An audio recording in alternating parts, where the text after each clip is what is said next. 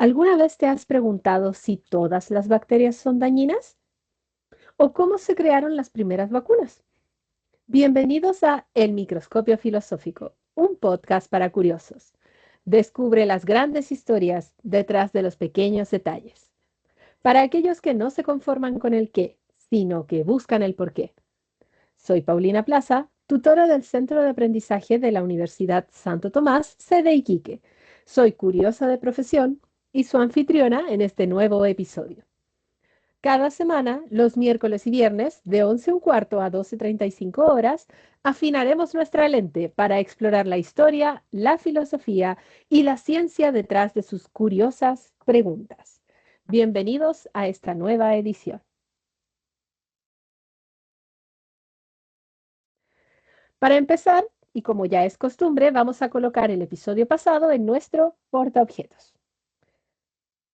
El episodio pasado hablamos sobre la serografía y sobre su inventor, el señor Chester Carlson. ¿Qué entendemos por serografía? Era la impresión en seco. Y si bien la máquina no lo refleja tan bien, es básicamente la invención de la fotocopiadora moderna y lo que luego llevó a la impresión, ¿no?, en base a láser o tóner. Por lo tanto, fue un capítulo bien especial porque la historia de vida del señor Carlson es bastante peculiar y cómo llegó a su invento también.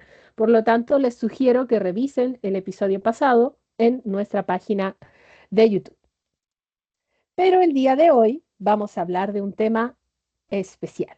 Vamos a volver a nuestra sección La lente del presente, porque hoy ajustaremos nuestro microscopio para enfocar lo más actual del mundo de la medicina. Dado que se anunciaron los ganadores de los premios Nobel de este año 2025, nos preguntamos quién ganó el premio Nobel de Medicina y por qué. Bueno, aquí está la respuesta. El Nobel de Medicina 2025. El hallazgo que transformó la inmunología y abre paso a nuevas terapias contra el cáncer y las enfermedades autoinmunes. Si bien los premios Nobel todavía no se entregan, hay un premio monetario de por medio, ¿no? Lo que sí se dio fue el nombre de los ganadores y por eso podemos hablar de la investigación que obtuvo este honorable premio. Vamos a abrir la noticia para poder verla con detalle. Aquí en la página de Futuro 360. Entonces, el Premio Nobel de Medicina 2025 fue otorgado a Mary E. Bronco, Fred Ramdels y Shimon Sakaguchi por descubrir las células T reguladoras, un hallazgo que revolucionó la comprensión del sistema inmunológico y abrió el camino a tratamientos más precisos contra el cáncer y las enfermedades autoinmunes. El académico de la Facultad de Medicina de la Universidad Católica de la Santísima Concepción, Nicolás Zaha, explicó que las células T son linfocitos esenciales en la defensa inmunológica, capaces de distinguir entre lo propio y lo extraño. Entre ellas, las T reguladoras cumplen una función clave: mantener el equilibrio y evitar que nuestras defensas ataquen el organismo, señaló. El descubrimiento de estas células permitió entender la inmunidad celular como un proceso programable, base de terapias innovadoras como la inmunoterapia oncológica y las terapias CAR-T, donde se modifican genéticamente las células T del paciente para eliminar tumores, que es algo que siempre se ha criticado, ¿no?, de la forma en la que tratamos los problemas oncológicos. Las actuales formas que más utilizamos, como la radioterapia o la quimioterapia, son muy agresivas con el resto del cuerpo del paciente. Por lo tanto, una terapia así de precisa ayudaría muchísimo a evitar todos los problemas asociados al tratamiento del cáncer, ¿no?, que dejan muy agotado al paciente. Estas terapias han mostrado una eficacia inédita, perdón, en leucemias, linfomas y mielomas, destacó Saá. Actualmente se desarrollan versiones más seguras y accesibles, como las CAR-T in vivo que podrían fabricarse directamente dentro del cuerpo y las CAR-T reguladoras, orientadas al tratamiento del lupus o la esclerosis múltiple sin suprimir todo el sistema inmune. Esto es asombroso. En América Latina comienzan a impulsarse ensayos clínicos en inmunoterapia celular, aunque persisten desafíos. El reto es mejorar la seguridad, superar la resistencia tumoral y garantizar el acceso equitativo considerando su alto costo, advirtió el académico. Saa concluyó que el futuro de la inmunología dependerá de integrar biotecnología, ética y salud pública para transformar estas terapias de élite en tratamientos universales y seguros. Pero por cierto que el descubrimiento de estas células T reguladoras es un faro de luz que llena de esperanza a todos aquellos que conocemos o tenemos algún familiar o conocido con alguna enfermedad autoinmune o con algún cáncer. Por lo tanto, hay luz al final del camino, ¿no? Pero para que podamos entender, por completo esta historia, tenemos que entender varias cosas. Primero que todo, qué son los patógenos, ¿no? ¿Qué son los microorganismos que nos puedan estar atacando y que nos causen enfermedades? Y a su vez, ¿qué es la inmunidad, ¿no? Cómo nuestro cuerpo se defiende de estos microorganismos que en algunos casos nos hacen daño, pero que quizás no necesariamente del todo. Y cómo los clasificamos. Así que vamos a partir bien sencillo para todos mis alumnos que quizás no son del área de la salud y cuya noticia que acabamos de leer les ha pasado por encima de la cabeza y han dicho, ¿qué es esto? Me están hablando en chino, ¿no? Así que vamos a ir poquito a poquito. Primero con qué son los microorganismos. Así que vamos a ver este video. Smile and Learn. ¿Sabes qué son los microorganismos y cuántos tipos hay? Vamos a aprenderlo. Existen organismos formados por una única célula denominados organismos unicelulares. Estos organismos son muy pequeños, por ello reciben el nombre de microorganismos, aunque también puede que los conozcas como gérmenes o microbios. Para observar a los microorganismos necesitamos instrumentos específicos como los microscopios. Los microorganismos pueden tener muchos tamaños y formas. Algunos investigadores de la antigüedad se cuestionaron ya si las enfermedades que tenían los seres humanos podrían ser causadas por organismos que no se podían ver a primera vista. Así se comenzó a investigar sobre los microorganismos. Anton van Leeuwenhoek fue el primer investigador que comenzó a observar los microorganismos en el siglo XVII. Los microscopios y sus investigaciones permitieron a los científicos continuaran estudiando cómo se producían las enfermedades o cómo podían tratarse. Algunos tipos de microorganismos son las bacterias, los virus y los hongos. Bacterias. Son células procariotas, no tienen núcleo. Algunas bacterias son útiles en la alimentación, por ejemplo, para fabricar el yogur y el queso. Otras bacterias, en cambio, son dañinas y pueden producir infecciones. Las bacterias se tratan con antibióticos. Se transmiten de diferentes maneras. Virus. No son seres vivos. Para cumplir las funciones vitales necesitan un hospedador, es decir, otro ser vivo. Son mucho más pequeños que las bacterias. A veces pueden infectarlas y vivir dentro de ellas. Algunos virus causan enfermedades como la gripe o la varicela. Para prevenir las enfermedades producidas por es importante vacunarse. No existen vacunas para todos los virus. Hongos. Algunos hongos son microorganismos más grandes que las bacterias o los virus. Se pueden encontrar en el aire, en las plantas y en el agua. Algunos, como las levaduras, se utilizan para elaborar alimentos. Seguro que alguna vez has podido ver moho en alguna fruta o en el pan. Esto es un tipo de hongo. Como hemos visto, los microorganismos pueden estar por todas partes, ya que no se ven a simple vista. Para evitar enfermedades y no infectarte, es muy importante cuidar tus hábitos de higiene. Ya eres todo un experto en microorganismos. Sabes diferenciar entre bacterias, virus y hongos. ¡Hasta la próxima! Muy bien, entonces tal cual como nos mostró aquí Smile and Learn, es importante distinguir los tipos de microorganismos que existen y distinguir que no todos causan enfermedades. Por lo tanto, además del término microorganismo que acabamos de definir, tenemos que entender el término patógeno. ¿Qué es un patógeno? Un patógeno es un microorganismo, ya sea bacteria, virus, hongos y algunos protozoos también, que tienen la capacidad de causar enfermedades en organismos vivos, incluyendo humanos, animales o plantas. Estos agentes patológicos pueden invadir y proliferar en el cuerpo que llamamos huésped, desencadenando respuestas inmunológicas y provocando síntomas que asociamos a una enfermedad.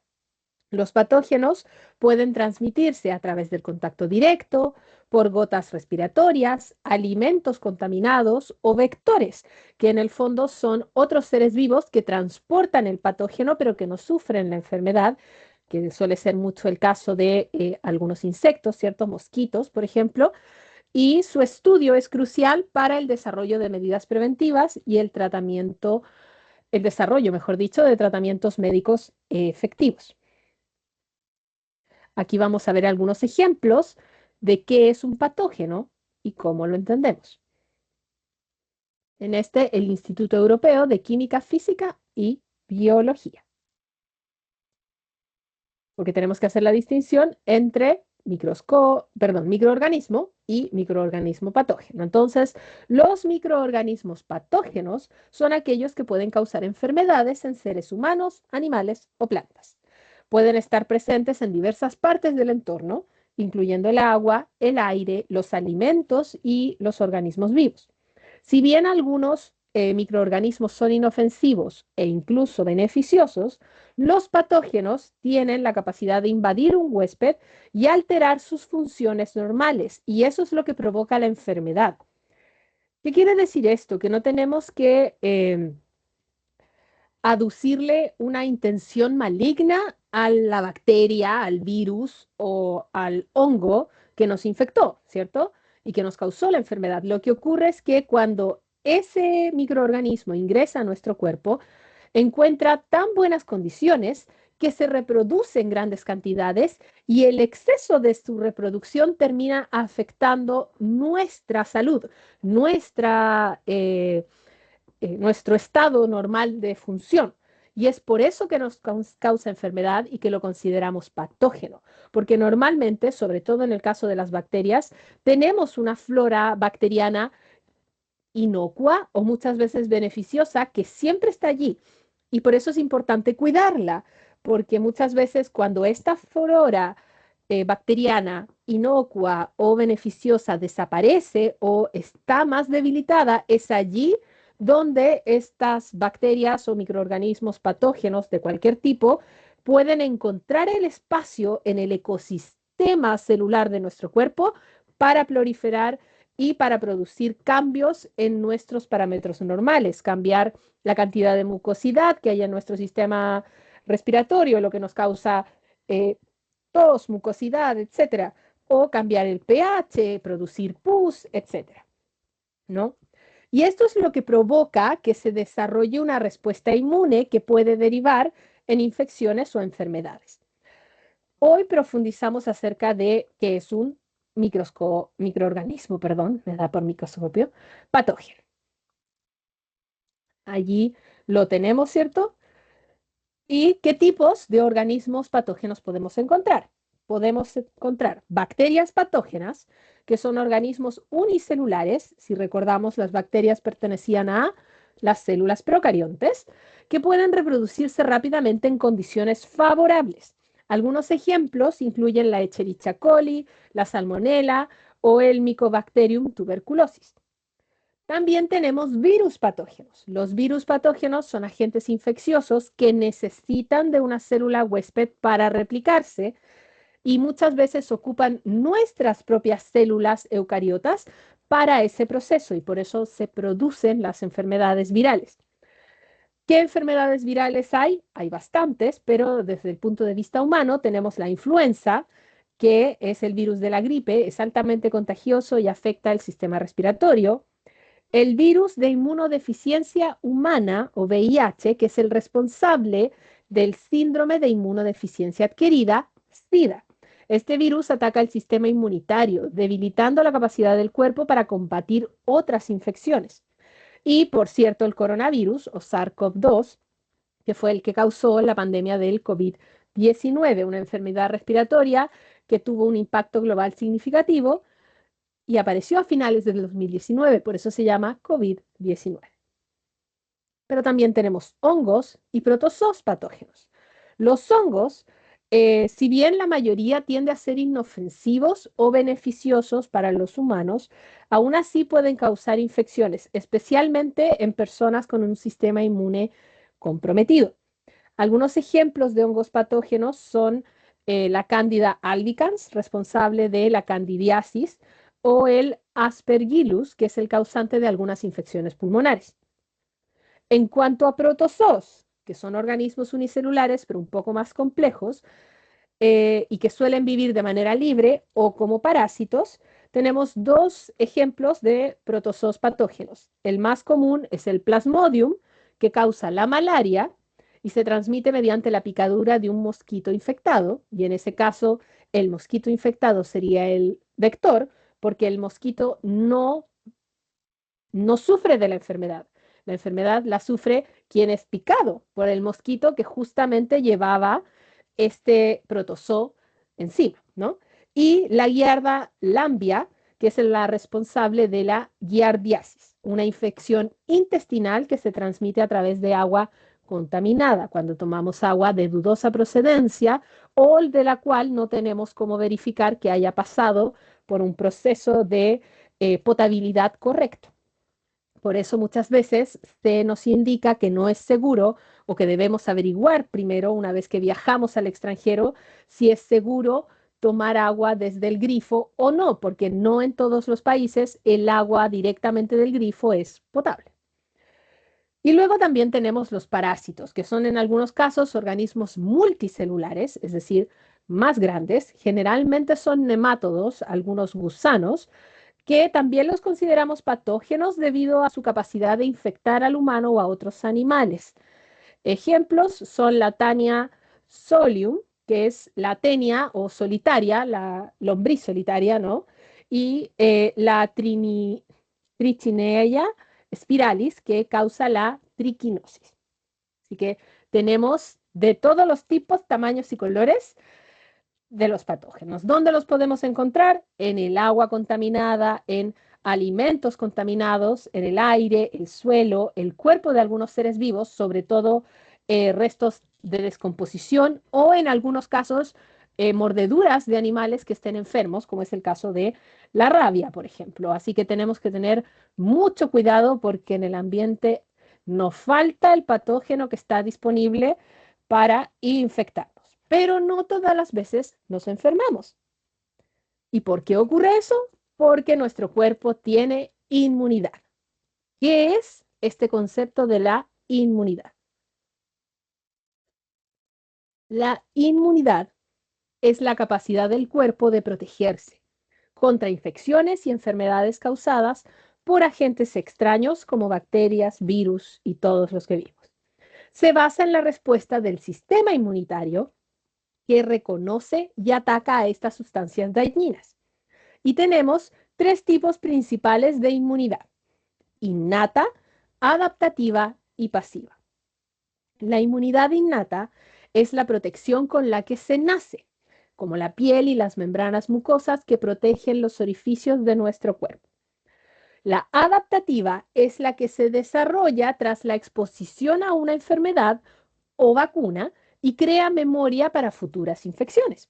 Y la pasiva es la que se produce cuando se reciben anticuerpos directamente de otra persona o animal, ofreciendo una protección inmediata pero temporal. La pasiva rara vez la asociamos, pero tenemos que pensar que pasa mucho cuando estamos en el momento de lactancia. La madre le entrega parte de su sistema inmunitario, de sus células inmunitarias, al bebé a través de la leche materna. Por eso es tan importante el proceso de lactancia, en la medida que sea posible, porque no en todos los casos, muchas veces, lamentablemente, la madre puede pasar la leche directamente a su bebé. Así que es sumamente importante nuestro sistema inmunitario. Y aquí tenemos un poco más resumido, ¿no?, los tipos de inmunidad. Innata, con lo que nacemos. Los órganos, tejidos y células del sistema inmunitario que tenemos. Como por ejemplo la piel, que es la primera gran barrera que evita que el exterior venga a conquistarnos. Y luego tenemos la adquirida, que va a surgir durante nuestro ciclo de vida. Ahí tenemos una adquirida activa, que se produce como respuesta de una infección o vacunación. Claramente, si es natural, es porque el cuerpo desarrolló por sí mismo anticuerpos para responder a la infección. Es decir, me enfermé, pasé por el resfriado, me costó, pero vencí al patógeno y ahora mi cuerpo recuerda y no va a volver a caer en el mismo truco. O artificial, que ahí son las vacunas, que es cuando tenemos anticuerpos que se desarrollan en respuesta a una vacunación. Y vamos a hablar sobre las vacunas y cómo se realizan, pero es importantísimo porque no todos nosotros, quizás de manera natural, nos veríamos enfrentados a todos los posibles patógenos que podrían atacarnos. Y no necesariamente nuestro sistema inmune natural fuera capaz de soportar la enfermedad en todos los casos. Tenemos que pensar que la inmunidad va variando en la medida que crecemos. Inicialmente no tenemos una gran inmunidad, por lo tanto dependemos de la que nos pasa a nuestra madre y de lo que va ocurriendo mientras crecemos, y luego cuando estamos mucho más viejitos, estamos más delicados también y ya no todo funciona como antes, así que nuestra inmunidad natural también sufre una baja. ¿Y qué decir si estamos por medicamentos que estamos tomando con inmunidades artificialmente bajas porque estamos tratando alguna enfermedad? Y luego, además de la inmunidad activa, en la parte adquirida, tenemos la inmunidad adquirida pasiva, que surge después de recibir anticuerpos de otra persona o de otra parte.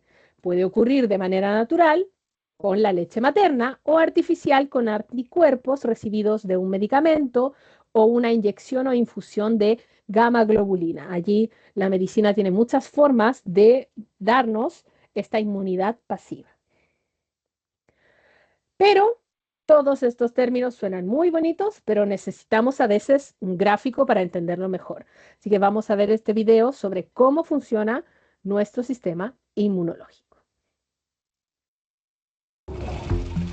El sistema inmunológico, sabemos que es nuestro sistema de defensa, pero tiene otro trabajo aún más importante: regular el equilibrio de nuestra microbiota. El modo exacto en que lo hace es muy complicado y aún no lo comprendemos del todo.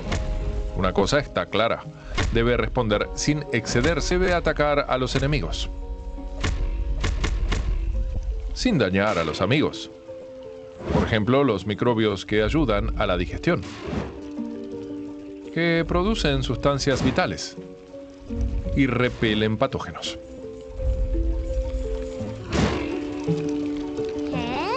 Pero ¿cómo distingue exactamente el sistema inmunitario los microbios buenos de los malos?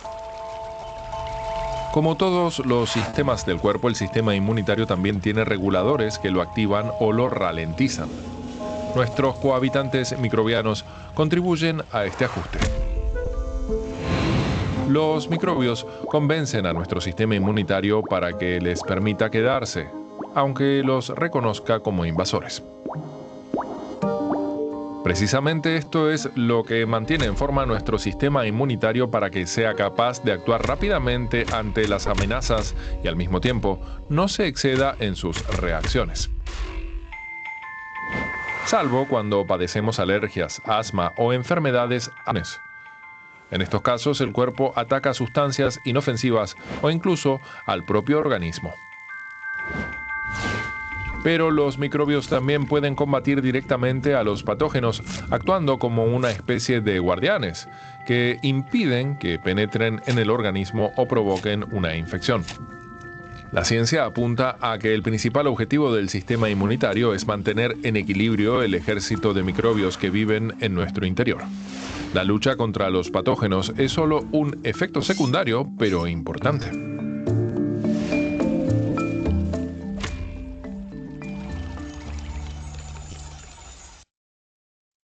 Por lo tanto, como pudimos ver allí, el sistema inmunológico es complejísimo y no por nada quienes descubrieron estas nuevas células inmunes se merecen el Nobel, porque quizás los estudiantes del área de la salud estén diciendo, "Ah, otra célula más que memorizar", pero la verdad de las cosas es que tal cual como se mostró aquí, es un proceso tan complejo, con tantas células a cargo cumpliendo distintos roles, que necesitamos conocerlo cada vez en mayor medida, porque de esa manera vamos a poder saber cómo tratar enfermedades quizás de una manera más personalizada. Mientras más conocimiento tengamos, más facilidad vamos a tener de poder quizás diseñar terapias cada vez más personalizadas.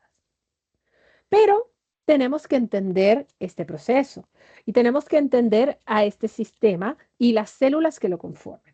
La verdad de las cosas es que los glóbulos blancos, como la mayoría de nosotros los conocemos, son un tipo de célula sanguínea, pero no es el único. Por lo tanto, tenemos que conocer qué es la hematopoiesis.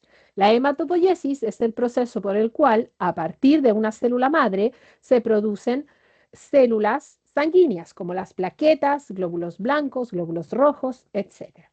¿De qué se compone la sangre? La sangre va a estar compuesta, ¿no?, por células sanguíneas. Una célula sanguínea, mejor conocida como célula hematopoyética, hemocito o hematocito, es una célula producida a través del proceso de hematopoiesis y se encuentra principalmente en la sangre. El componente líquido de la sangre es el plasma, es el 55% del volumen sanguíneo, y luego tenemos el componente sólido de la sangre, que es un 45%, y ahí tenemos a eritrocitos o glóbulos rojos, leucocitos o glóbulos blancos y trombocitos, que son las plaquetas. Pero dentro de los glóbulos blancos, que son los que asociamos al sistema inmune como parte de sus funciones, tenemos una variedad enorme. Por lo tanto, vamos a ver un pequeño atlas que les preparé con ayuda de la inteligencia artificial de la hematopoiesis, ¿no? Y esta formación de las células sanguíneas. Las vamos a conocer. Aquí tenemos nuestro atlas de las células inmunes.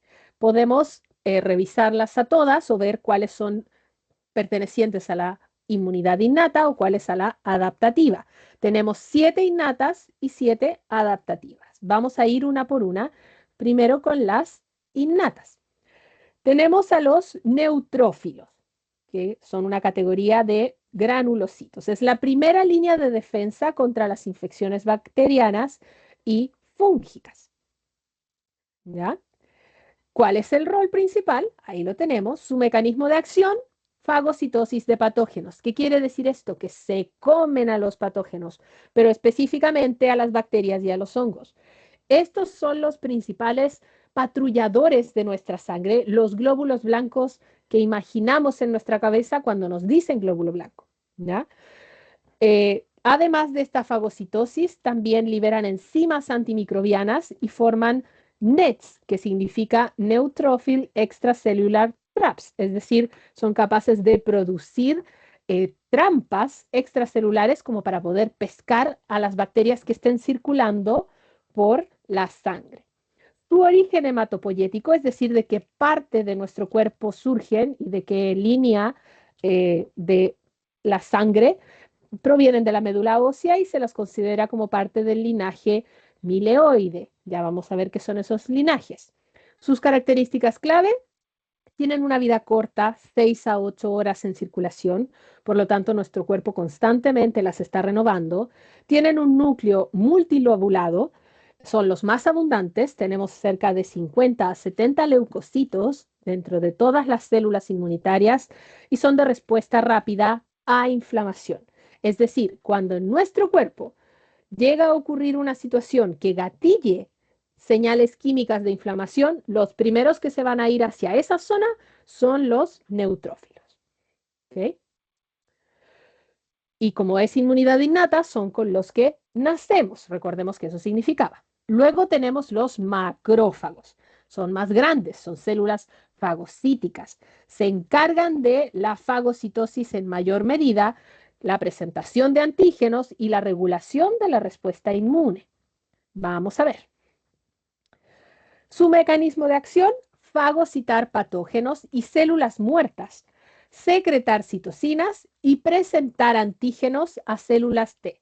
Son células más grandes, se encargan de fagocitar sobre todas las cosas y al hacer ese proceso rompen en pequeñas partes este patógeno hasta formar una molécula que llamamos antígeno como una pequeña presentación. Es casi como crear un profile del patógeno, ¿no? Para poder compartir esa información con las otras células inmunes.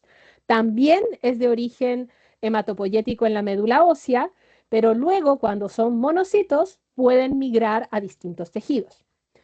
Sus características clave: tienen una larga vida si se encuentran en tejidos, tienen una plasticidad funcional porque pueden pasar de macrófago a monocito dependiendo de la situación. Son las células que presentan los antígenos y por lo tanto comparten la información y tienen una fagocitosis mucho más eficiente que la de los neutrófilos, porque los neutrófilos, si bien podían fagocitar, no son capaces de presentar y compartir esa información con el resto. Luego tenemos células dendríticas, que conocemos como células presentadoras. Su rol principal: presentar los antígenos a través de un enlace entre la inmunidad innata y la inmunidad adaptativa. Esta célula dendrítica es casi como el coordinador del ataque, ¿no? Captura y procesa los antígenos que producieron los macrófagos, migra a través de los nódulos linfáticos y activa a las células T naive o inocentes, que se les llama, que son en el fondo células T todavía inmaduras, para poder activarlas y que puedan trabajar. Por lo tanto, si bien no es un comandante de la acción, sí es un gran comunicador entre los distintos agentes inmunitarios. También su origen hematopoyético, la médula ósea de un linaje milenoide y linfoide, y características clave: dendríticas ramificadas, alta expresión de MHC2, migran a tejidos linfoides y son especializadas en presentación, lo que quiere decir que son muy buenas para comunicar lo que otros han logrado aprender. Luego tenemos el eosinófilo, que también es un granulocito. Todos los granulocitos son los glóbulos blancos que conocemos de manera común, ¿no? ¿Qué hace este eosinófilo? Él se encarga de la defensa contra parásitos y participa en reacciones alérgicas. Así que él nos protege de algún protozoo o algún nemátodo que se nos haya metido, pero también es el culpable de que quizás tengamos mucha mucosidad ahora en primavera. Su mecanismo de acción es la liberación de proteínas citotóxicas, desgranulación y producción de radicales libres contra los parásitos. De esa forma los ataca. Y con estas proteínas citotóxicas, si las produce en el momento incorrecto, es que se nos producen las alergias, ¿ya? ¿Por qué? Porque cuando se desgranula, es decir, libera estas vesículas que se ven como gránulos en su interior, libera una molécula llamada histamina, y es la histamina la que produce la reacción alérgica, la inflamación excesiva y la sobreexageración de la respuesta inmunitaria. Tienen un núcleo bilobulado, son el 2 al 4% de todos los glóbulos blancos y aumentan en alergias. Por lo tanto, normalmente no tenemos muchas de estas células, a menos que seamos muy propensos a alergias, y ese ya es un tema genético. Luego tenemos los basófilos, que también son granulocitos, pero su función todavía está siendo investigada, ¿no? Se considera que su función es la mediación de reacciones alérgicas e inflamatorias. ¿Por qué? Porque liberan histamina también y otros mediadores inflamatorios, por lo tanto, participan en la hipersensibilidad inmediata.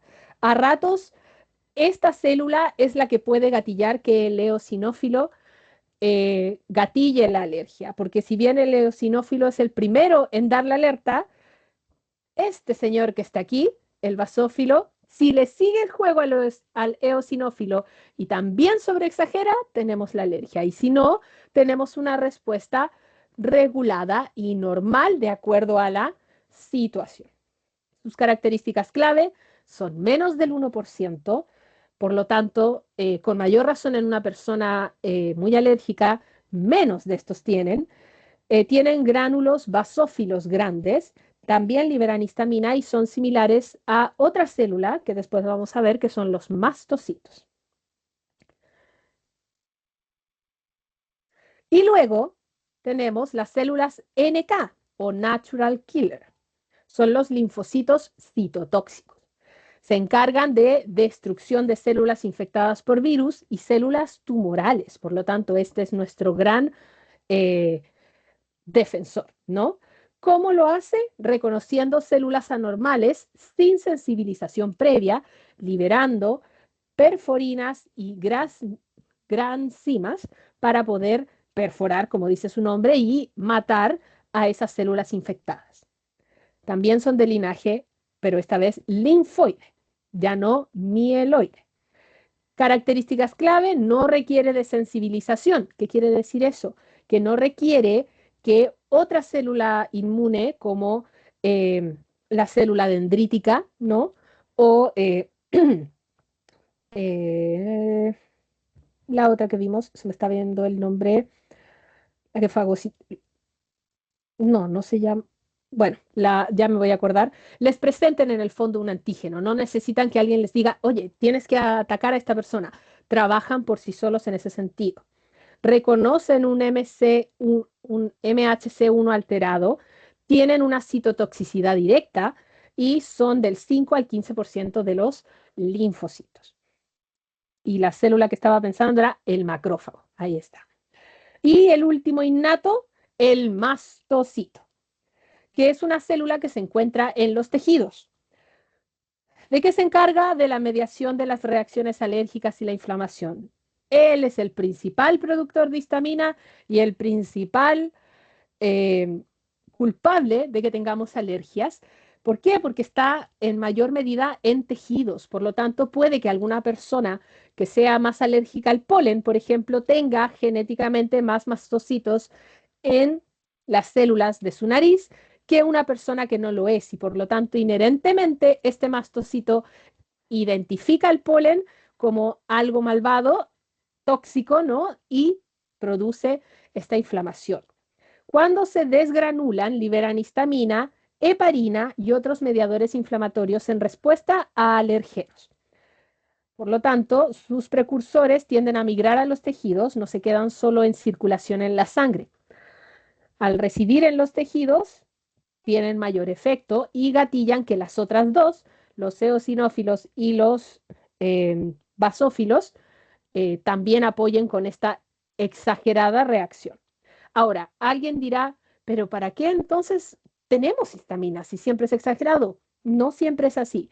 Se necesita muchas veces la histamina como un marcador químico para indicar que hay algún problema, sobre todo en el caso de cortes y heridas. La razón por la cual un corte lo percibimos por harto tiempo, sobre todo los superficiales, es porque los mastocitos en ese tejido están manteniendo el flujo de histamina para constantemente estar atrayendo a las células inmunes que están en circulación en otro lado a que vayan a la zona de más importancia, ¿no?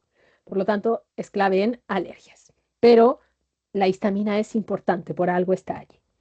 Y luego tenemos la inmunidad adaptativa, que si recuerdan es la inmunidad que se iba produciendo en la medida que vamos madurando como seres humanos, ¿no? Tenemos el linfocito T CD4+, o el linfocito T ayudante, helper, que es el que va a coordinar y amplificar la respuesta inmune del linaje linfoide, va a reconocer antígenos, secretar citocinas y activar otras células inmunes. Se madura en el timo, se produce en la médula ósea, pero se madura en el timo, y expresan toda una serie de tipos y, por cierto, orquestan la respuesta inmune. Este es el comandante que se encarga de que todos cumplan la función necesaria, ¿no? Luego tenemos el linfocito T CD8+, o citotóxico. Es el más común, el linfocito T. Se encarga de la destrucción directa de células infectadas y tumorales, pero lo hace solo vía reconocimiento de antígenos. Por lo tanto, previamente necesitamos que alguien haya obtenido este antígeno y nos lo haya dado. ¿Cómo lo hace? A través de la inducción de apoptosis mediante perforinas y granzimas. También madura en el timo y tiene una citotoxicidad específica con memoria inmunológica. Por eso es tan importante que las otras células innatas tuvieran esta posibilidad de sacar un trozo y poder hacer la forma de identificar a la enfermedad. Por eso no siempre me enfermo con la misma fuerza, ¿no? Porque mi cuerpo lo recuerda. Luego también tenemos al recientemente descubierto linfocito T regulador, que no conocíamos que existía, por eso nos era tan complejo entender esta coordinación. ¿Qué hace este linfocito T regulador? Suprime las respuestas inmunes y mantiene la tolerancia. Por lo tanto, ¿qué hace? Secreta citocinas inmunosupresoras con un contacto célula a célula para suprimir a otras células T y para asegurarse de que no sobreexageren. Por eso es tan importante su descubrimiento, porque puede ser la clave para descubrir por qué se producen las enfermedades autoinmunes. También maduran en el timo, ¿no? Previenen esta autoinmunidad, por lo que conocemos, modulan la inflamación y el balance inmunológico. Por lo tanto, el solo haberlas descubierto ya es un gran paso. Tenemos que seguir investigándolas más para saber qué es lo que ocurre, porque las enfermedades autoinmunes ocurren y ocurren mucho. Luego tenemos los linfocitos B. Los linfocitos B se encargan de la producción de anticuerpos y de la memoria inmunológica humoral. ¿Qué quiere decir esto? Los anticuerpos son la molécula química que se genera en respuesta al antígeno. El antígeno me permite identificar qué tipo de patógeno es. Y este anticuerpo lo que es una molécula diseñada para eliminar a la célula que tenía este antígeno. Es un veneno. Es como si tuviéramos aquí a un apotecario, ¿no? Dentro de nuestro cuerpo, creando el veneno específico para eliminar a esa bacteria o a ese virus específico, sobre todo en caso de bacterias. Por eso se dice que tiene una memoria inmunológica humoral. Reconoce antígenos, diferencia células plasmáticas productoras de anticuerpos y células de memoria. Se produce en la médula ósea y allí también madura. Expresan las inmunoglobulinas, presentan antígenos, producen anticuerpos y tienen esta memoria humoral. Luego tenemos también a las células plasmáticas, que son los linfocitos B diferenciados. Pueden producir una producción masiva de anticuerpos específicos.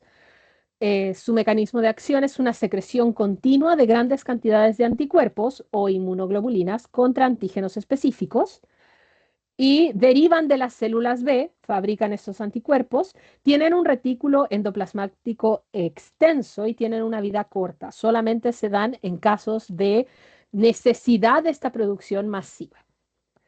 Tenemos también las células B de memoria, que responden rápidamente ante la reexposición de anticuerpos. Y estas células B son las que aprovechamos con las vacunas para mantener a nuestro cuerpo con sus conocimientos al día. Porque si bien hay algunas enfermedades con las cuales no es necesario estarnos vacunando todo el tiempo, otras, como es el caso de enfermedades virales, los virus constantemente están mutando, por lo tanto, constantemente tenemos que estar alimentando a nuestro sistema inmune con la última actualización para que efectivamente pueda detectarlo y no se le vaya a pasar sin querer, ¿no? Son de activación rápida y diferenciación en células plasmáticas ante el reencuentro con un antígeno que ya habíamos experimentado y que ya está en nuestra biblioteca humoral, por así decirlo, ¿no? Tienen una larga vida de varios años, por eso tenemos esta inmunidad adaptativa. Es una respuesta secundaria rápida, con una mayor afinidad antigénica y su base general es por la vacunación. Mientras más nos vacunemos, más podemos hacerlo. Y luego tenemos la célula T de memoria. La célula T de memoria tiene una respuesta inmune celular rápida ante una reexposición, porque también ya recuerda qué es lo que ha pasado, por lo tanto rápidamente se activa, se prolifera y empieza a atacar al antígeno específico. Tiene una vida larga, una respuesta más rápida y más memoria celular. Y en cuanto a los orígenes hemapoyéticos, aquí tenemos una pequeña y clara forma, ¿no? Tenemos la célula madre hematopoyética que está en la médula ósea, que puede formarme el linaje mieloide, donde tenemos a todas estas, y luego el linfoide. Pero nos va a quedar muchísimo más claro en la siguiente imagen. Porque esta es básicamente la familia, ¿no? El árbol genealógico, si tuviéramos que decirlo, de las células inmunes. Todo nace de una célula madre multipotencial que llamamos célula hematopoyética, que en este caso se llama hemocitoblasto. Y dependiendo luego en la médula de lo que va a producir, puede diferenciarse en dos tipos de célula madre: progenitor mieloide común y progenitor linfoide común. Y eso es lo que va a hacer que tengamos distintos tipos de células. El mieloide común, esa parte de la familia, termina produciendo o megacariocitos, eritrocitos, mastocitos o mieloblastos, perdón. El megacariocito luego se rompe para formar los trombocitos o plaquetas. Los eritrocitos son los glóbulos rojos que tienen que pasar por un proceso de maduración en donde se les quita el núcleo para quedar con su forma correcta. El mastocito, ya lo conocimos, tenía que ver con las alergias y se va a los tejidos. Y el mieloblasto es el que luego puede diferenciarse en los distintos glóbulos blancos: basófilo, neutrófilo, eosinófilo y los monocitos y macrófagos. Y luego, por otra parte, tenemos a la familia linfoide, en donde tenemos a la célula NK o natural killer, ¿no? Y al linfocito pequeño, que puede diferenciarse en los linfocitos T y en los linfocitos B y células plasmáticas. Dentro de todas sus diferencias, que fue lo que vimos. Es harto, yo lo sé, puede que muchos de ustedes estén, cuánto nombre, cuánta cosa, pero no se preocupen, que encontré una forma de memorizarlo un poco más sencillo, se lo vamos a ver al final, que puede que les sirva harto a todo el que le interese esto y sobre todo a quien esté estudiando en estos momentos inmunología, ¿no? Pero, yéndonos más allá, como vimos, parte de nuestra inmunología avanza gracias a las vacunas. ¿Cómo funcionan las vacunas? Las vacunas actúan enseñando al sistema inmunitario a combatir una enfermedad en caso de que alguna vez entremos en contacto con ella. De este modo se reduce, mejor dicho, en gran medida el riesgo de contraer una enfermedad grave o de propagar una enfermedad a otras personas. ¿Cómo funciona? Las vacunas van a preparar a nuestro sistema inmune para defenderlo de patógenos, ya sea virus o bacterias.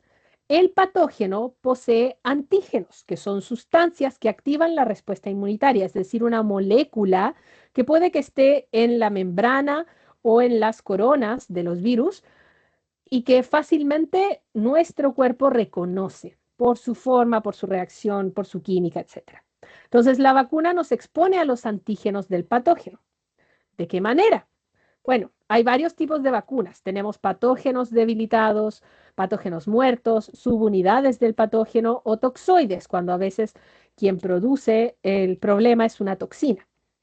Estos son detectados por los glóbulos blancos, van produciendo anticuerpos en respuesta y así es como se activa el sistema inmunitario. En el torrente sanguíneo, estos anticuerpos van a pelear a los antígenos. El antígeno es eliminado, ¿cierto? Pero los glóbulos blancos van a conservar una memoria inmunológica. Van a recordar que para cierto antígeno el anticuerpo es la respuesta. Y por eso es tan importante que nos vacunemos. Pero Aún así, y pese a la efectividad de las vacunas, más aún en la actualidad hay mucha gente que todavía las considera malas. Por lo tanto, ¿son verdaderamente malas? Vamos a ver.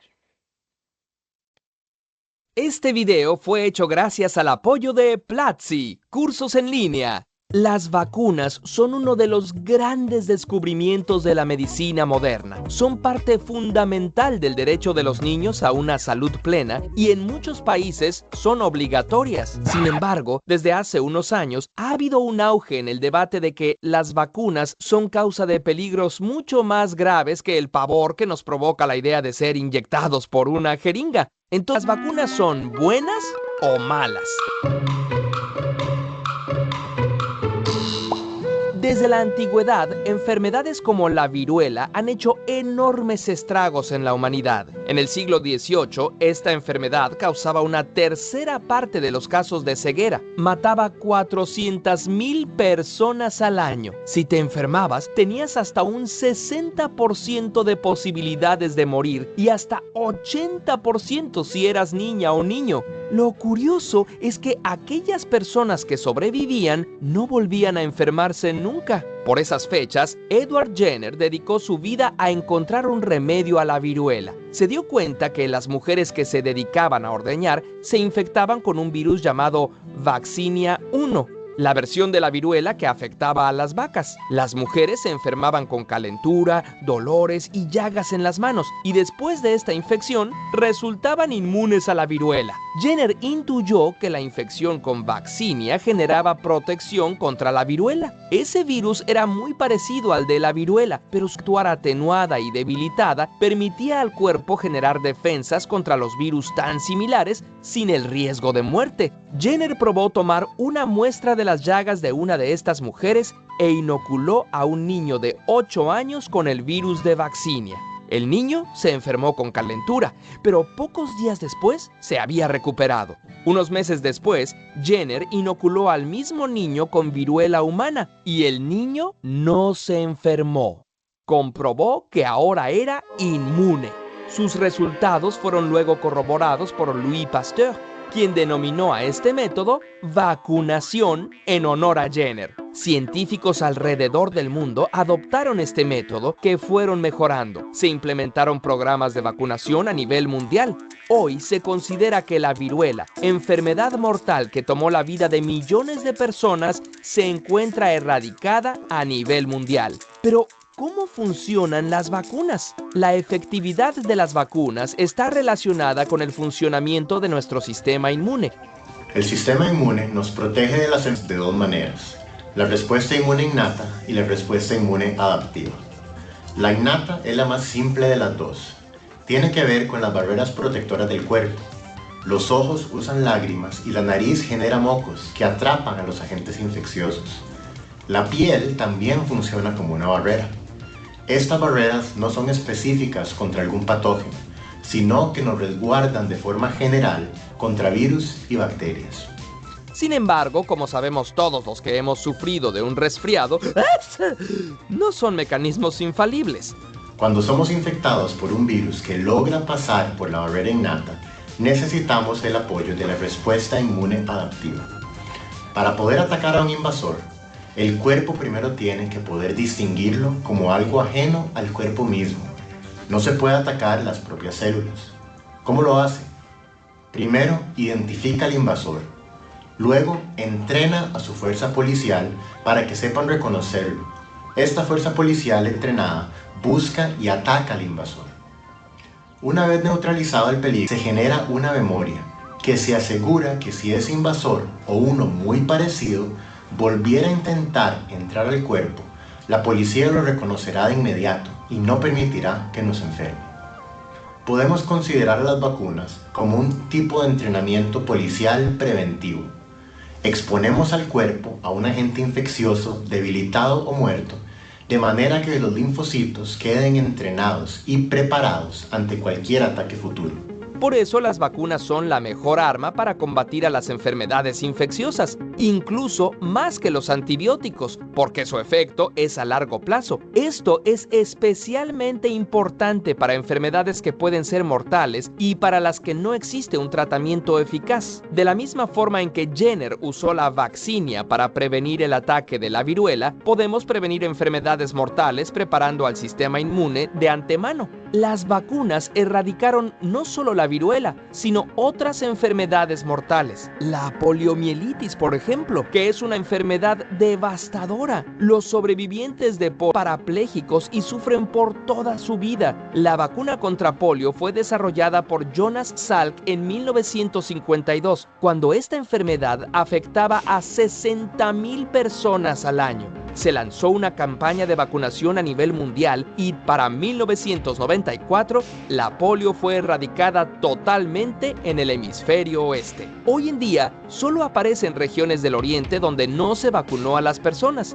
De igual manera creamos vacunas contra la tuberculosis, difteria, tétanos, tosferina, sarampión, rubeola y hepatitis. En conjunto, estas vacunas han salvado más de 2.5 millones de vidas. Entonces, ¿por qué ahora existe un rechazo a las vacunas? La propaganda contra las vacunas empezó con un deliberado fraude. En 1998, el médico inglés Andrew Wakefield publicó un estudio de 12 casos de niños que habían manifestado autismo y otros problemas graves al inyectarse con una vacuna en específico, la combinación rubeola y paperas. Después se descubrió que los datos de este estudio habían sido completamente inventados y manipulados. ¿Por qué lo hizo Wakefield? Él no estaba en contra de las vacunas. Más bien quería patentar su nueva versión de la vacuna mixta y pensó que al dejar a la otra vacuna bajo sospecha podría vender su invento más fácilmente. Pero las repercusiones de su estudio fueron mucho peores. Surgieron movimientos antivacunas muy poderosos que continúan generando información errónea o falsa en contra de las mismas. Estos grupos se aferran a ideas como la de Wakefield e ignoran la evidencia científica real. Por ejemplo, han habido cientos de estudios de más de 1 millón de niños demostrando que no existe ninguna asociación entre las vacunas y el autismo. 1 millón contra los 12 del estudio falso de Wakefield. ¿Qué argumentan los antivacunas? Hay padres que dicen que tras vacunar a sus hijos antes de los 2 años de edad, estos resultaron Esto no lo causaron las vacunas. Es simplemente porque las señales del autismo no se notan sino hasta que los niños tienen alrededor de 2 años, cuando los padres esperan ciertos comportamientos que no se cumplen. Hoy en día sabemos que el autismo se puede detectar con métodos más modernos hasta 6 meses o 1 año antes de que los niños se vacunen. El autismo es una condición genética que se desarrolla mucho antes de la edad de la vacunación. Los movimientos antivacunas actuales argumentan que las vacunas contienen ciertos componentes peligrosos, como mercurio o aluminio. Estos argumentos ya no tienen validez. En el caso del mercurio, se trataba de un compuesto de mercurio poco estudiado, el cual fue retirado de la mayoría de vacunas desde el 2001. En cuanto al aluminio, las vacunas contienen una cantidad menor a 20 veces la que respira y bebe una persona común en un día. Aunque algunas vacunas pueden presentar efectos secundarios, la mayoría de estos son leves. Las ocasiones en que han sido graves han sido casos aislados, como pueden ocurrir con cualquier medicamento. Por ejemplo, la vacuna contra el sarampión en algunos casos puede causar calentura y espasmos, pero estos síntomas duran pocos días y no tienen efectos a largo plazo. Antes de que existiera la vacuna, la enfermedad de sarampión mataba a 160,000 niños por año. Lo realmente peligroso es no vacunar a los niños. ¿Has pensado en esto? Si decidieras no vacunar a tu infante, no solo estás exponiéndolo a él o a ella a enfermedades incapacitantes o mortales, sino que también pones en peligro a personas vulnerables, bebés que aún no han sido vacunados, personas con condiciones de inmunodeficiencia o gente que acaba de recibir trasplantes, por ejemplo. Así, enfermedades que se creían erradicadas vuelven a matar y mutilar a personas inocentes. Si bien es cierto que no todas las vacunas son 100% eficientes y algunas pueden causar efectos secundarios, son la mejor arma que tenemos contra las enfermedades infecciosas. Salvan miles de vidas en todo el mundo y a un costo realmente bajo. Curiosamente, agradecemos a Christian Müller su ayuda para realizar este video y a Platzi por patrocinarlo. Muy bien. Entonces, para hablar de este tema, tenemos nuevamente en nuestra sección Diálogos bajo el microscopio a un experto. La ciencia avanza con preguntas, pero también con conversaciones. Charlas que encienden chispas, que desafían lo establecido y que nos llevan a territorios inexplorados. Para celebrar el poder de la conversación, hoy en nuestra sección de diálogos bajo el microscopio, tenemos una charla con la enfermera y docente de la Universidad Santo Tomás, Mabelin Vilches Copa. Vamos a ver la entrevista que tuvimos no hace poco para que ella nos resuelva muchas de las dudas que puede que todavía tengan sobre este tema.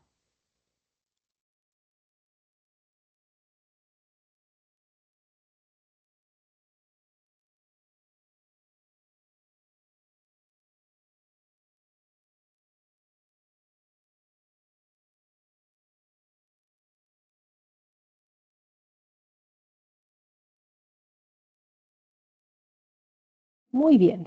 Hoy tenemos con nosotros a Mabelin Vilches Copa, enfermera y docente de la Universidad Santo Tomás, sede Iquique, a quien agradecemos su tiempo y voluntad para someterse a nuestra lente inquisidora. En un momento histórico, donde el Premio Nobel de Medicina 2025 ha sido concedido a científicos por sus descubrimientos sobre la llamada tolerancia inmunológica periférica, es importante que nos sentemos a hablar sobre nuestro sistema inmune, la ciencia detrás de las vacunas y su impacto social. Bienvenida, Mabelin. Muy buenas tardes y gracias por acompañarnos. Muchas gracias, Paulina, por la invitación. Excelente. Bueno, una de las tantas preguntitas que te tengo es la pregunta que muchas personas se realizan, ¿no? ¿Por qué debemos vacunarnos? ¿No se supone que nuestro sistema inmune debiera bastar? Muy buena pregunta, sí, Paulina. Y justamente hay muchas vacunas, ¿cierto? Escuchamos hablar de campañas de vacunación, algunas, ¿cierto? Bueno, todas las vacunas tienen, ¿cierto? La importancia, ¿cierto? Nos transmiten seguridad, nos previenen las enfermedades, pero nuestro sistema inmunológico es maravilloso, es poderoso, nos ayuda, ¿cierto? A defendernos contra virus, bacterias y otros agentes infecciosos. Sin embargo, las vacunas cumplen una función que es fundamental, ya que enseña al sistema inmunológico a reconocer y a combatir ciertos patógenos sin que tengamos que enfermarnos primero.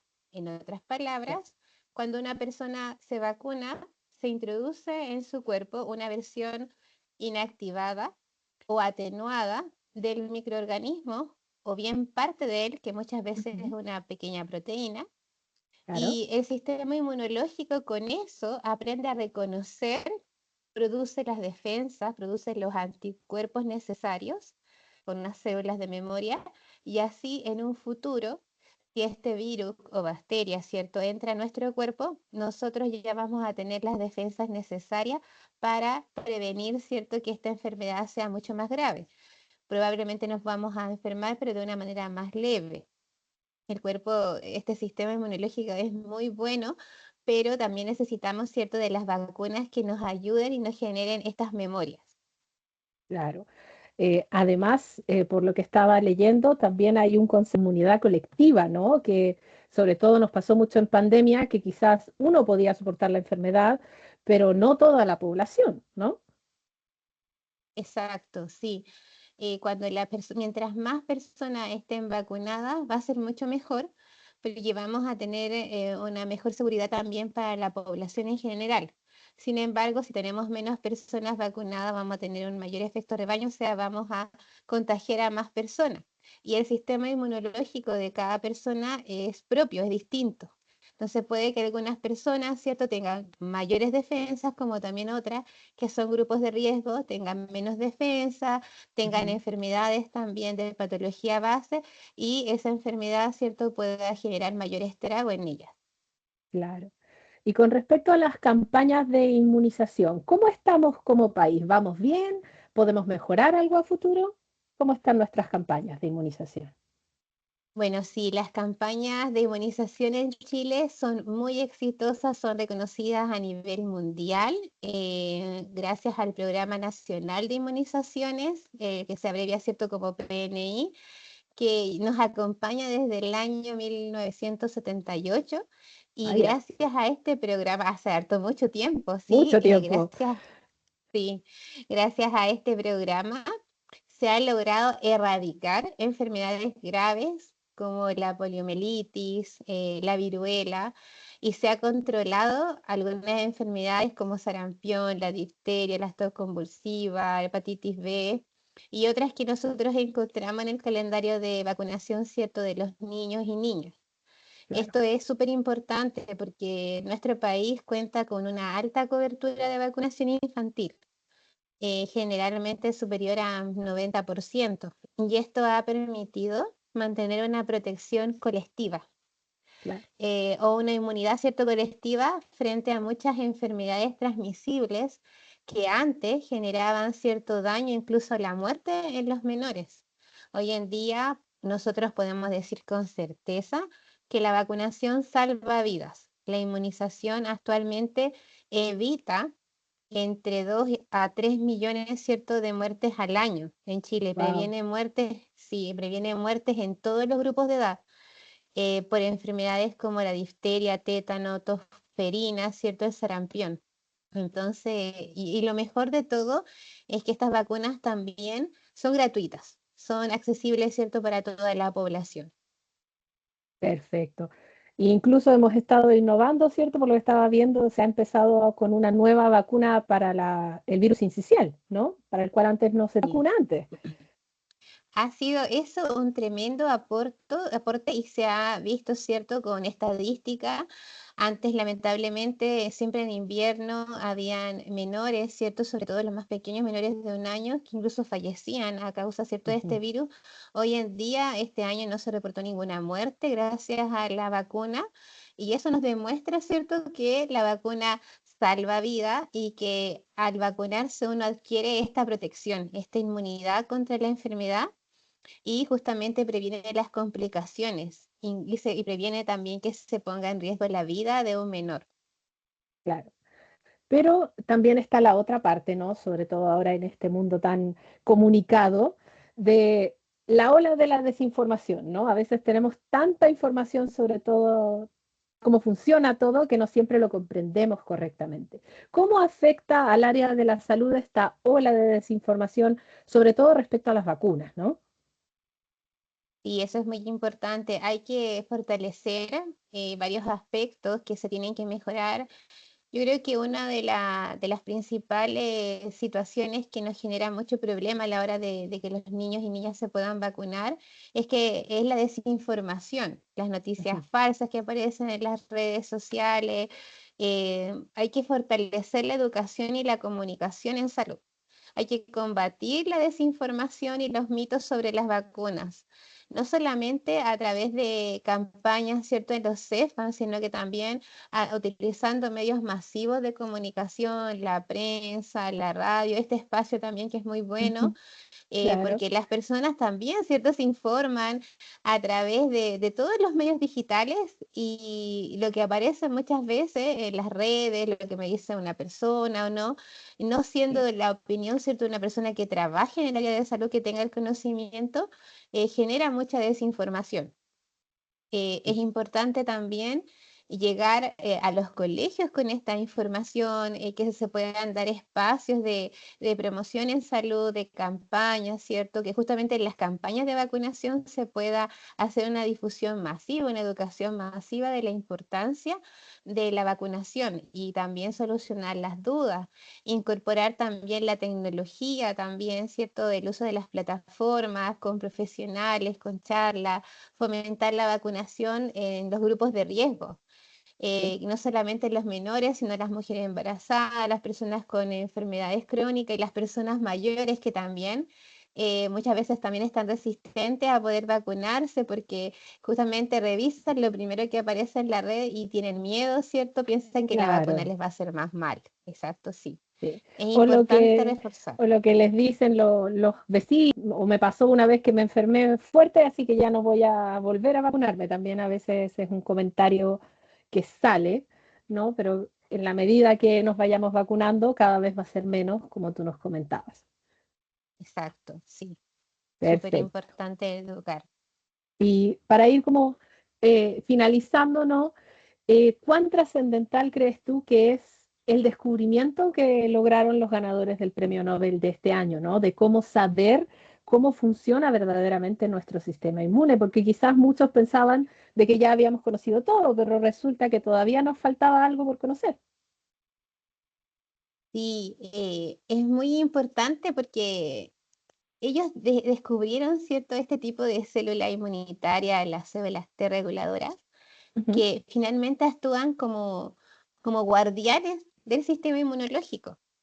claro, Protegen de que se ataque a los mismos tejidos y órganos de nuestro propio cuerpo.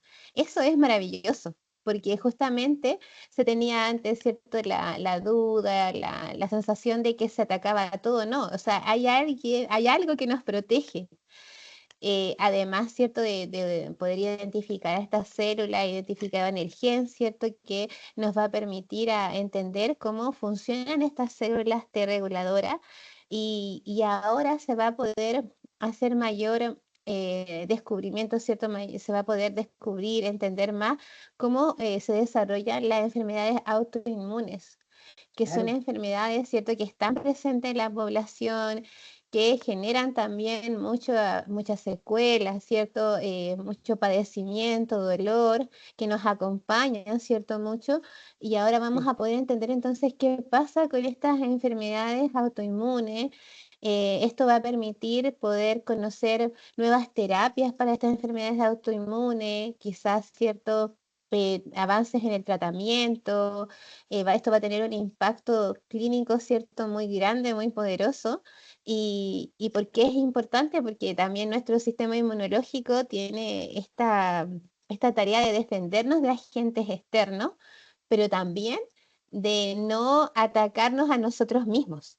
Claro, Entonces, el poder haber encontrado, ¿cierto? Haber descubierto estas células nos va a permitir entender mejor qué está pasando. por cierto Muy, que sí. muy maravilloso. Sí. Y además es fascinante y va un poco de la mano del el alma de este podcast, ¿no? Que fue una colaboración entre distintas instituciones y entre distintas personas lo que llevó a este logro, ¿no? Cuán importante es la colaboración entre distintas instituciones, no solo de educación superior, a veces ministerios y demás, ¿no? Y el que los mismos chicos sepan la importancia de el investigar, porque muchos quizás cuando llegan a enfermería o alguna otra carrera del área de la salud, solo se imaginan practicando el área, ¿no? Cuidando, pero no quizás investigando. Exacto. La investigación es un camino muy hermoso, es un camino, sí, de sacrificio, de esfuerzo. Sí, Este descubrimiento fue a través también de muchos estudios colaborativos, o sea, vinieron distintas, ciertas disciplinas de distintas áreas de salud. em, y lo más importante que nos enseña, ¿cierto?, que juntos cada uno contribuye y contribuye de manera, cierto, colaborativa, desde un equipo de trabajo. Y esto tiene un tremendo impacto, ya que fueron distintas también instituciones, sí, países, ¿cierto? Y esto nos permite, nos abre la puerta para trabajar en equipo. Hoy en día la tecnología nos permite eso, poder conectarnos y colaborar, ¿cierto? Y avanzar, ¿cierto?, hacia estas respuestas en la ciencia. Creo que es muy importante trabajar en equipo, nos ayuda a complementar habilidades, nos permite tener una validación, nos permite compartir datos, muestras, tecnología, difundir, ¿cierto?, hacer ciencia. Sí. Este es un ejemplo de que se puede trabajar y sobre todo en las universidades, que las universidades no solamente están ligadas al aprendizaje, sino también a la investigación, que es un pilar muy fundamental. Exacto. Y que todos en el fondo no tenemos que ser un científico de bata del estereotipo, ¿no? Para llegar a un descubrimiento. Todas las áreas tienen esa posibilidad porque la curiosidad y el descubrimiento es casi parte de la esencia humana. Exacto, sí, es muy bueno que nunca se pierda esto de querer descubrir algo, de querer aportar algo, ¿cierto? Del cuestionarme también un poco de las cosas, por qué se tiene que hacer así, cuál es el fundamento, cómo podría mejorar. Creo que la investigación, ¿cierto? Parte desde la infancia, desde Sí. esta inquietud de conocer las cosas, de la curiosidad, y es algo que no debiera perderse, porque de niños somos muy curiosos, pero después como que vamos perdiendo esta curiosidad y la idea, ¿cierto?, es que esta curiosidad nos vaya despertando, nos vaya abriendo, ¿cierto?, esta sed de querer conocer más y aprender más. Exacto, así que esperamos ahí estar aportando nuestro granito de arena aquí, ¿no? Desde nuestro pequeño espacio del microscopio filosófico. Muchas gracias nuevamente, Madeline, por tu tiempo. Estamos justito ahí entre que vamos y no, así que agradecidísima de que nos hayas podido resolver nuestras dudas. Muchas gracias a ti, Pauli, y encantada y en otra próxima oportunidad para que puedan también contar conmigo.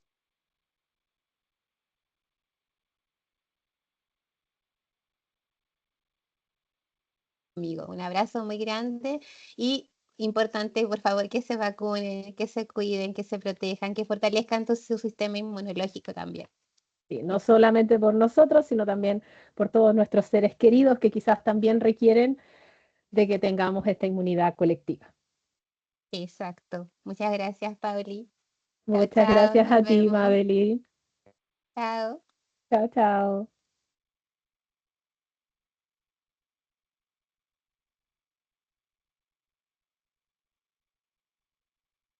Muy bien, entonces para ir cerrando, la recomendación que les decía que quería darles es de esta serie, también es una serie animada, un anime, que se llama Cells at Work o Células Trabajando, ¿no? Es un anime que presenta las células antropomorfizadas de un cuerpo humano, siendo los dos protagonistas principales un glóbulo rojo y un glóbulo blanco, con el que se encuentran con frecuencia.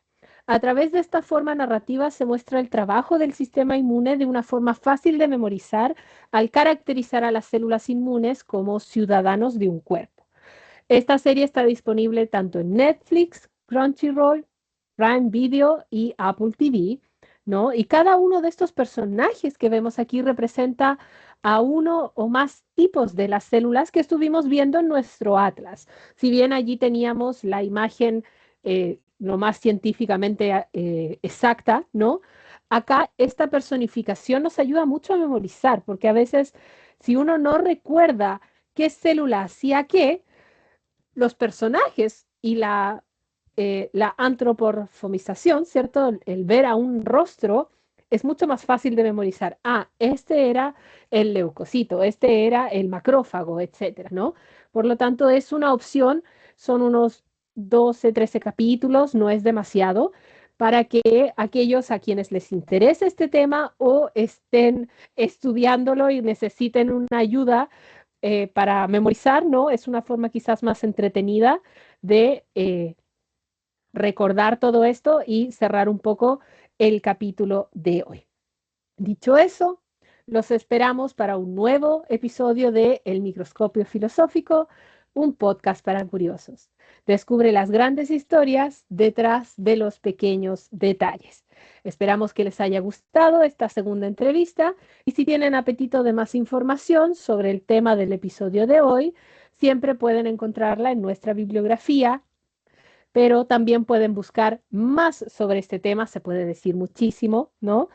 Eh, y pueden allí buscar un poco de lectura activa para siempre crecer un poco más. No se queden con lo que les decimos aquí solamente, aprovechen la infinidad de información que hay en el Internet, pero revísenla de manera muy crítica para que así puedan aprender más. Y como siempre, los invitamos a que se suscriban a nuestro canal de YouTube, El Microscopio Filosófico. Ya llevamos unos 30 suscriptores más o menos. Les agradecemos muchísimo el interés y la idea es que puedan darnos un like, comment and subscribe, como siempre, ¿no? Y que nos apoyen porque mientras más suscriptores, con más energías, hacemos todo esto, ¿no? Así que no olviden limpiar sus lentes de curiosidad. Soy Paulina Plaza, su tutora y curiosa de profesión, y espero verlos pronto. Cuídense mucho.